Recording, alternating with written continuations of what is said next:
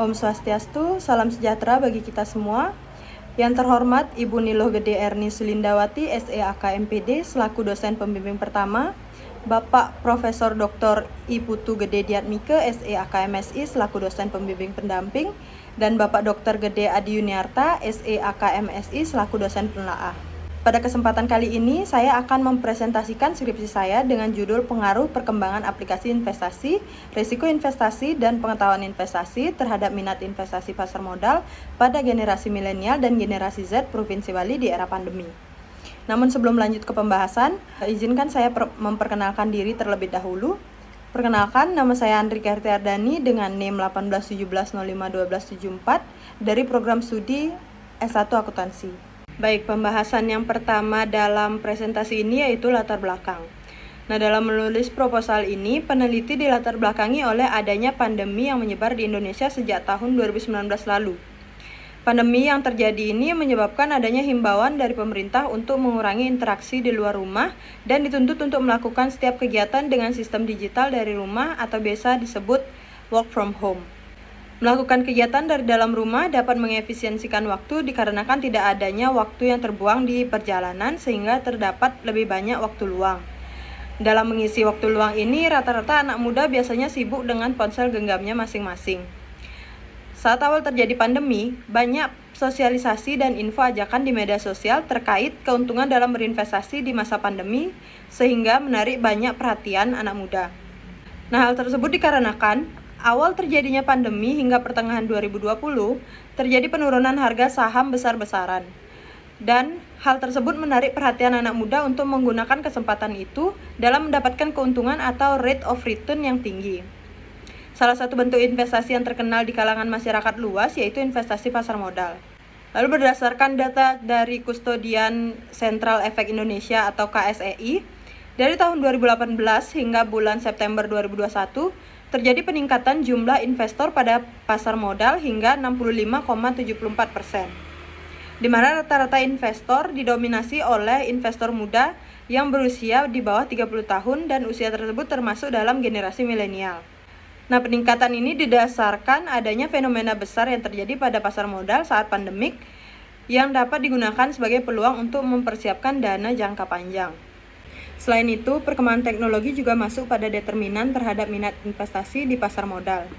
Dengan adanya perkembangan teknologi, seseorang dapat dengan mudah mendapatkan informasi yang mereka butuhkan. Salah satunya yaitu berinvestasi dengan cara mengikuti seminar atau workshop online yang terkait dengan investasi. Dengan adanya perkembangan teknologi ini, terbitlah platform digital untuk memudahkan dalam berinvestasi secara online seperti Bibit, Ajaib, IPOT, Bareksa, dan masih banyak lagi. Keputusan untuk berinvestasi dipengaruhi dengan banyak faktor, yaitu pengetahuan, tingkat risiko, keuntungan yang didapatkan, serta modal awal dalam memulai investasi. Pengetahuan memegang peranan penting dalam mengambil keputusan untuk berinvestasi, dikarenakan dapat meminimalisir risiko investor jatuh ke praktik-praktik investasi yang tidak rasional, hingga penipuan yang dapat mengakibatkan risiko kehilangan dana. Nah, untuk meminimalisir hal tersebut, maka diperlukan pemahaman terlebih dahulu terkait investasi dan risiko-risiko yang akan didapatkan agar menghasilkan keputusan pemilihan tipe investasi yang baik sehingga mendapatkan keuntungan. Nah, berdasarkan pemaparan latar belakang tersebut, serta fenomena yang terjadi, penulis ingin menguji secara empiris mengenai pengaruh adanya perkembangan teknologi dalam kemudahan melakukan investasi, tingkat risiko, dan pengetahuan investasi pada setiap pengambilan keputusan dalam berinvestasi terhadap minat investasi di pasar modal. Maka dari itu judul yang penulis angkat ialah Pengaruh Perkembangan Aplikasi Investasi, Risiko Investasi, dan Pengetahuan Investasi terhadap Minat Investasi Pasar Modal pada Generasi Milenial dan Generasi Z Provinsi Bali di era pandemi. Selanjutnya yaitu identifikasi masalah. Adapun identifikasi masalah pada penelitian ini adalah yang pertama, minat generasi milenial dan generasi Z dalam berinvestasi masih rendah. Yang kedua, adanya perkembangan aplikasi investasi dalam mempermudah investor untuk melakukan investasi, namun tidak diimbangi dengan persepsi positif tentang berinvestasi. Yang ketiga, kurangnya pengetahuan dan edukasi mengenai investasi pada masyarakat. Lalu yang keempat, Banyaknya anggapan bahwa resiko dalam berinvestasi sangat tinggi sehingga generasi milenial dan generasi Z masih takut untuk menanamkan dananya untuk berinvestasi. Selanjutnya terkait batasan masalah. Peneliti juga melakukan pembatasan terhadap variabel-variabel penelitian dengan hanya menentukan 3 faktor yang mempengaruhi minat dalam berinvestasi, yaitu perkembangan aplikasi investasi, risiko investasi, dan pengetahuan investasi. Penelitian ini dilakukan pada masyarakat Provinsi Bali, khususnya pada generasi milenial dengan tahun kelahiran dari 1981 sampai 2000 dan generasi Z dari tahun kelahiran 2001 hingga 2013. Peneliti juga membuat rumusan masalah, yaitu yang pertama, apakah perkembangan aplikasi investasi berpengaruh terhadap minat investasi pasar modal pada generasi milenial dan generasi Z Provinsi Bali di era pandemi? Lalu yang kedua, apakah risiko investasi berpengaruh terhadap minat investasi pasar modal pada generasi milenial dan generasi Z Provinsi Bali di era pandemi? Lalu yang ketiga, apakah pengetahuan investasi berpengaruh terhadap minat investasi pasar modal pada generasi milenial dan generasi Z Provinsi Bali di era pandemi? Nah, berdasarkan rumusan masalah yang telah disampaikan, maka tujuan penelitian ini adalah yang pertama, untuk mengetahui pengaruh perkembangan teknologi terhadap minat investasi pasar modal pada generasi milenial dan generasi Z Provinsi Bali di era pandemi. Lalu yang kedua, untuk mengetahui pengaruh resiko investasi terhadap minat investasi pasar modal pada generasi milenial dan generasi Z di era pandemi. Lalu yang ketiga, untuk mengetahui pengaruh pengetahuan investasi terhadap minat investasi pasar modal pada generasi milenial dan generasi Z Provinsi Bali di era pandemi. Adapun manfaat yang diharapkan dari penelitian ini ada 2, yaitu manfaat teoritis dan manfaat praktis.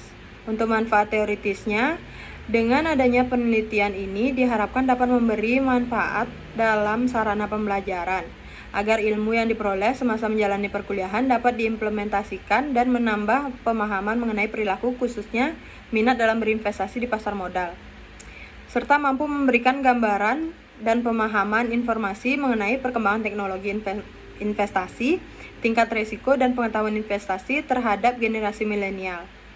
Dan diharapkan juga dapat menambah referensi para generasi milenial mengenai faktor-faktor yang mampu mempengaruhi minat dalam berinvestasi di pasar modal, serta memperkenalkan instrumen-instrumen investasi khususnya pasar modal. Nah, dan untuk manfaat praktisnya bagi peneliti adalah dapat menambah pengetahuan serta pemahaman terkait pentingnya edukasi mengenai investasi dan perilaku dalam berinvestasi. Dan juga bagi peneliti selanjutnya, diharapkan penelitian ini nantinya dapat menjadi referensi penelitian selanjutnya untuk merumuskan masalah baru dalam penelitian selanjutnya. Selain itu, dengan adanya penelitian ini diharapkan juga dapat memperdalam pengetahuan di bidang akuntansi, khususnya mengenai akuntansi keperilakuan, akuntansi manajemen, dan manajemen keuangan dan investasi. Selanjutnya, pembahasan terkait kajian teori. Untuk grand teori yang digunakan dalam penelitian ini adalah The Theory of Planned Behavior atau teori perilaku perencanaan.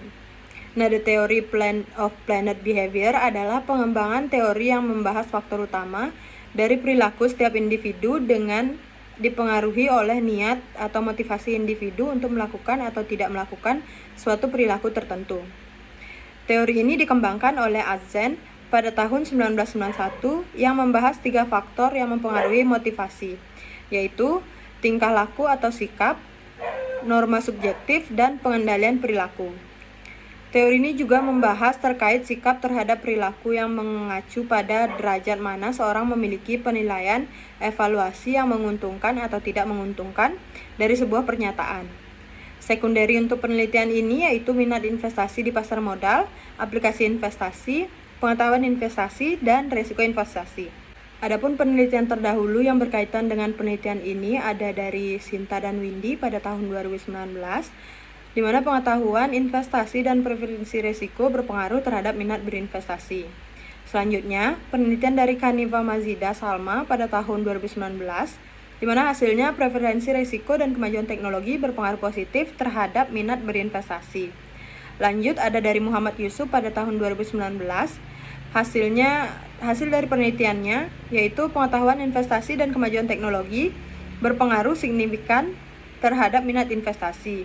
Lalu pada tahun 2020, Suprihanti dan Sri melakukan penelitian dengan hasil pengetahuan investasi berpengaruh terhadap minat investasi.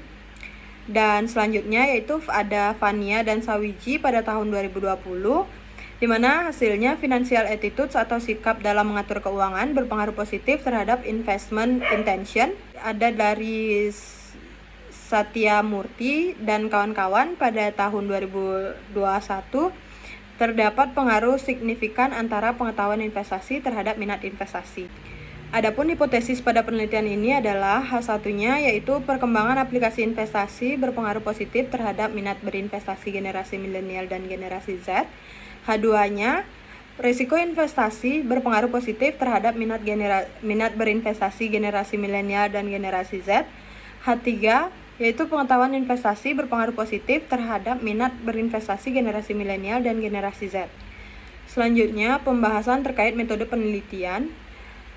Jenis penelitian yang digunakan dalam penelitian ini yaitu penelitian kuantitatif dengan menggunakan metode survei, di mana populasi dalam penelitian ini adalah seluruh generasi milenial dan generasi Z di Provinsi Bali, dan penentuan sampel dalam penelitian ini menggunakan non-probability sampling dengan teknik purposive sampling, dengan karakteristik responden yang pertama merupakan generasi milenial dengan rentan kelahiran tahun 1981 sampai 2000 dan generasi Z dengan kelahiran dari tahun 2001 sampai 2013 serta yang berdomisili dan sedang menetap di Provinsi Bali saat ini. Data yang digunakan dalam penelitian ini ada dua, yaitu data primer dan data sekunder. Data primer diperoleh secara langsung dari sumber asli yaitu responden melalui pertanyaan di kuesioner untuk menjawab rumusan masalah dalam penelitian, dan data sekunder diperoleh secara tidak langsung melalui media perantara seperti jurnal dan penelitian terdahulu yang terkait dengan penelitian ini. Sedangkan sumber data yang digunakan dalam penelitian ini yaitu data primer atau hasil kuesioner yang telah dibagikan ke responden dengan bantuan platform Google Form. Nah, teknik pengumpulan data pada penelitian ini yaitu data primer berupa angket atau kuesioner dengan pemberian skor menggunakan pengukuran skala Likert dengan 5 tingkat preferensi jawaban atau 5 poin. Selanjutnya masuk ke bab 4 yang terdiri dari deskripsi data, statistik deskriptif, pengujian kualitas data, pengujian asumsi klasik, pengujian hipotesis, serta pembahasan hasil penelitian, dan yang terakhir implikasi. Masuk ke pembahasan mengenai deskripsi data. Metode yang digunakan dalam penelitian ini adalah pendekatan kuantitatif dengan teknik sampling yang digunakan yaitu non-probability sampling dan purposive sampling. Hal tersebut berguna untuk mewakili karakteristik populasi yang dibutuhkan. Pengumpulan data diperoleh dari penyebaran 100 kuesioner selama 1 minggu kepada generasi milenial dan generasi Z yang berdomisili atau sedang menetap di Provinsi Bali dengan respon rate 100%, yang artinya kuesioner terisi semua. Adapun karakteristik yang sudah saya tentukan yaitu jenis kelamin, kabupaten asal, dan juga usia. Berdasarkan jenis kelamin, responden dalam penelitian ini terdiri dari laki-laki sebanyak 58 orang dan 42 orangnya perempuan. Di Bali terdapat 9 kabupaten dan responden dari setiap kabupaten rata-rata 11 orang, dan yang paling banyak yaitu 12 orang dari Kabupaten Buleleng. Terakhir, berdasarkan usia, responden terbanyak yaitu usia 18 hingga 25 tahun yang berjumlah 46 orang, dari usia 26 sampai 33 tahun berjumlah 32 orang, dan dari usia 34 hingga 41 tahun berjumlah 22 orang. Pembahasan selanjutnya yaitu hasil uji statistik deskriptif. Dapat dilihat pada tabel bahwa seluruh variabel memiliki nilai rata-rata yang lebih tinggi daripada nilai standar deviasi yang menunjukkan bahwa penyimpangan data rendah sehingga nilai data telah tersalurkan secara merata. Berikutnya, pada pengujian kualitas data terdapat 2 uji, yaitu uji validitas data dan uji reliabilitas. Nah, pada uji validitas data dapat didapatkan hasil yang sudah terpapar pada tabel dengan kesimpulan bahwa seluruh variabel memiliki R hitung lebih besar daripada R tabel, sehingga dapat dikatakan seluruh item pertanyaan dalam penelitian memenuhi validitas dan layak dijadikan instrumen penelitian.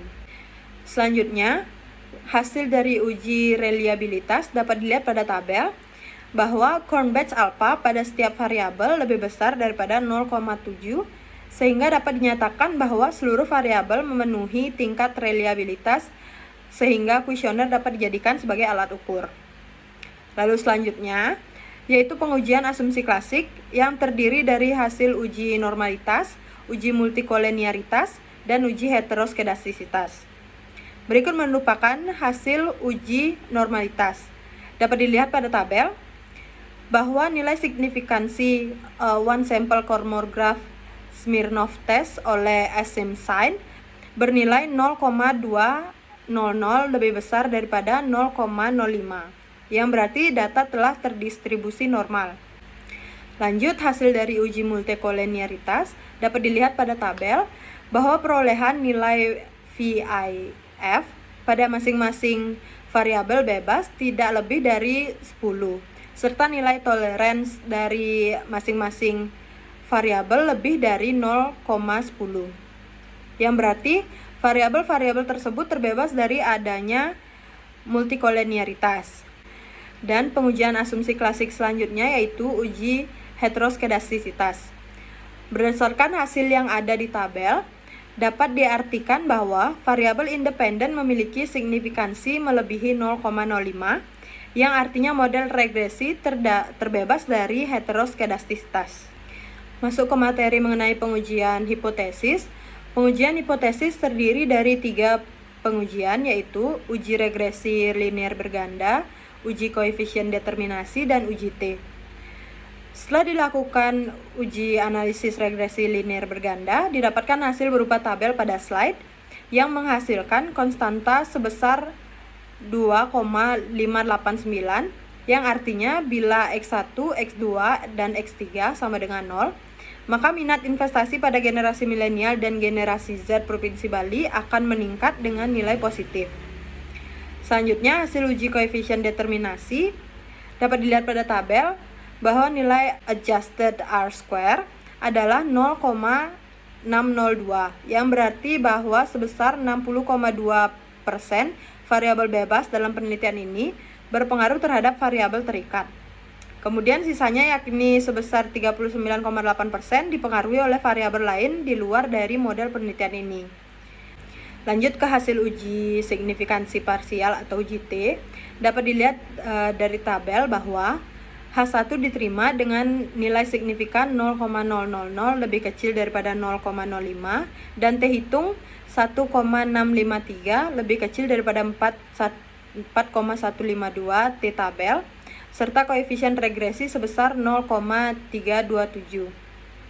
Lalu H2 diterima dengan nilai signifikan 0,000 lebih kecil daripada 0,05 dan T hitung 1,653 lebih kecil daripada 4,023 T tabel serta koefisien regresi sebesar 0,282. H3 diterima dengan nilai signifikan 0,000 lebih kecil daripada 0,05 dan T hitung 1,653 lebih kecil daripada 4,030 T tabel serta koefisien regresi sebesar 0,279. Selanjutnya masuk ke hasil pembahasan penelitian. Berdasarkan hasil dari uji-uji yang sudah saya paparkan tadi, maka didapatkan hasil penelitian sebagai berikut. Yang pertama, perkembangan aplikasi investasi atau X1 berpengaruh positif terhadap minat berinvestasi generasi milenial dan Gen Z Provinsi Bali di era pandemi. Lalu yang kedua, risiko investasi atau X2 berpengaruh positif terhadap minat investasi generasi milenial dan generasi Z Provinsi Bali di era pandemi. Lalu yang ketiga, pengetahuan investasi atau X3 berpengaruh positif terhadap minat investasi generasi milenial dan generasi Z Provinsi Bali di era pandemi. Adapun implikasi dalam penelitian ini dibagi menjadi dua, yaitu implikasi teoritis dan implikasi praktis. Implikasi teoritisnya yaitu variabel perkembangan aplikasi investasi, risiko investasi, dan pengetahuan investasi dalam penelitian ini juga sejalan dengan teori of planned behavior yang berisi mengenai penjelasan bahwa faktor utama dari perilaku setiap individu dipengaruhi oleh niat atau motivasi individu untuk melakukan atau tidak melakukan suatu perilaku tertentu. Dan implikasi praktisnya meliputi memberikan informasi dan dampak yang baik terhadap pasar modal, diadakannya seminar terkait investasi dan pemanfaatan perkembangan aplikasi investasi, dan evaluasi bagi para calon investor muda untuk memulai investasi sejak dini dengan keuntungan di masa depan nantinya. Baik, masuk ke kesimpulan. Kesimpulan yang dapat ditarik dari hasil penelitian ini yaitu yang pertama, X1 yaitu perkembangan aplikasi investasi berpengaruh positif dan signifikan terhadap minat investasi generasi milenial dan Gen Z Provinsi Bali di era pandemi. Lalu yang kedua, X2 yaitu risiko investasi berpengaruh positif dan signifikan terhadap minat investasi generasi milenial dan generasi Z Provinsi Bali di era pandemi. Lalu yang ketiga, X3-nya yaitu pengetahuan investasi berpengaruh positif dan signifikan terhadap minat investasi generasi milenial dan generasi Z Provinsi Bali di era pandemi. Adapun saran bagi penelitian selanjutnya yaitu yang pertama, penggolongan responden disamaratakan sehingga mendapatkan hasil yang lebih meyakinkan. Lalu yang kedua, diharapkan dengan memperluas cakupan variabel penelitian sehingga faktor-faktor yang lain yang dapat mempengaruhi minat investasi dapat ditemukan.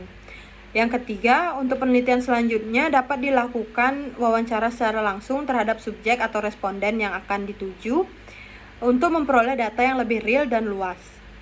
Adapun saran bagi generasi milenial dan generasi Z yaitu lebih mendalami pengetahuan terkait investasi di pasar modal agar terhindar dari resiko yang tidak diinginkan dan mulai melakukan investasi untuk mendapatkan passive income sehingga dapat meringankan beban ekonomi di masa depan nantinya.